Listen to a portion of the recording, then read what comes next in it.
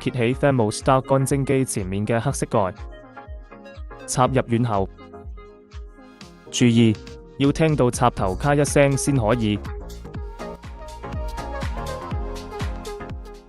另外，院喉上嘅把手可以控制不同項目。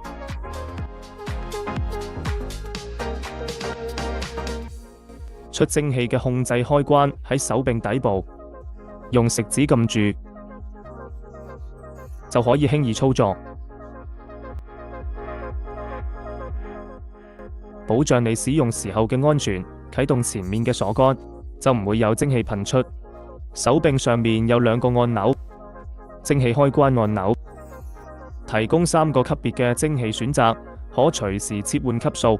另外，響用緊機器嘅時候，想知道用緊邊個蒸汽級數，可以睇下 Thermostat 面板上面嘅指示燈。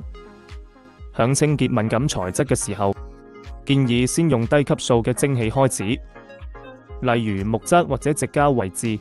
但係對於頑固嘅污漬，可用高啲嘅蒸汽級數。